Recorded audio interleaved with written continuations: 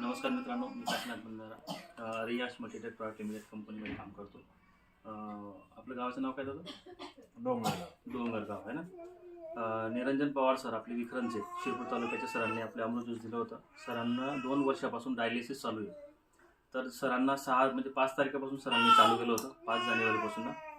तर 6 दिवसामध्ये सरांना खूप चांगला रिझल्ट आलेला आहे. सरांच्या तोंडून आपण ऐकून घेऊ सरांना पहिले काय प्रॉब्लेम होता.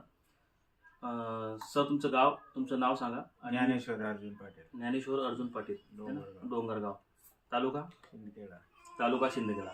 तुम्हाला काय प्रॉब्लेम होता? डायलिसिस चालू आहे 2 वर्षापासून. 2 वर्षापासून डायलिसिस चालू आहे. ओके, अच्छा. हप्त्याला म्हणजे किती वेळेस? हप्त्यातनं 2दा. हप्त्यांता 2दा. हां, म्हणजे कधी जाता तुम्ही? मंगळवार शुक्रवार. मंगळवार आणि शुक्रवार. ओके. मग काय होतं, काय रिझल्ट आला तुम्हाला? मला जवळजवळ 3 लिटर 2.5 लिटर पाणी लागायचं, तर काल अर्धा लिटर लागलं बस. अच्छा, म्हणजे दरवेळेस तुम्ही जातात मंगळवारी आणि शुक्रवारी 1.5 लिटर किंवा 2 लिटर असं काहीतरी पाणी निघतं. आणि यावेळेस तुमचा काल तुम्ही रिपोर्ट काढला आणि तुमचा म्हणजे फक्त 500 ml पाणी निघालं, म्हणजे तुम्हाला जोरदार रिझल्ट आला है ना. ओके.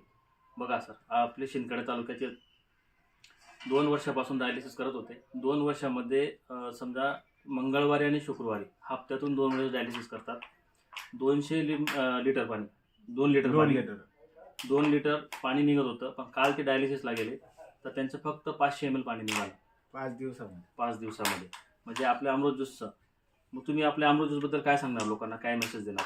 अमृत घेतल्यानंतर त्याचा काही कडवटपणा वगैरे काही नाही, चांगलं आहे घ्यायला. काही अडचण नाही.